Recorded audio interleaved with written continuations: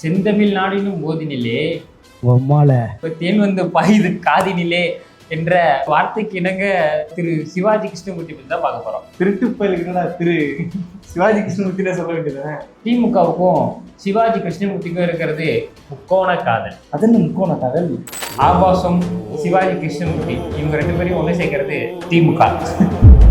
தலைவர் பேசின ஒரு சின்ன வீடியோ கிளிப் மட்டும் பார்த்துக்கலாம். இப்போ ஆண்மை இல்லை என்றால் ஆஸ்பத்திரிக்கு போங்கடா பொட்டைங்களா பண்ணிட்டு ஓடி வந்த பொட்டை அடங்கும்மால.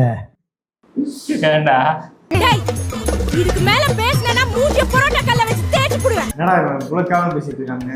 திறமையான பேச்சாளர் என்னன்னா அசியசியமா பேசிட்டு இருக்கான். அதுதான் அவன் திறமையே. இதெல்லாம் திறமையா?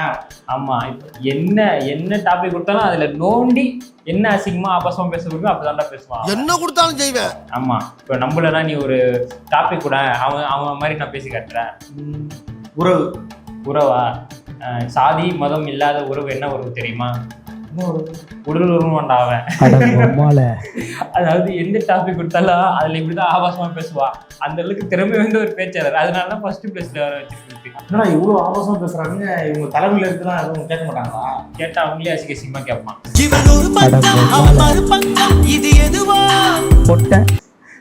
ஆமா, இதை பத்தி அவனுக்கு என்ன கவலை? அவனும் வீட்டாளர் முன்னாடி பேசிட்டு இருக்காங்க, பொதுமக்கள் முன்னாடி குழந்தைங்க முன்னாடி என்ன பேசிட்டு இருக்காங்க.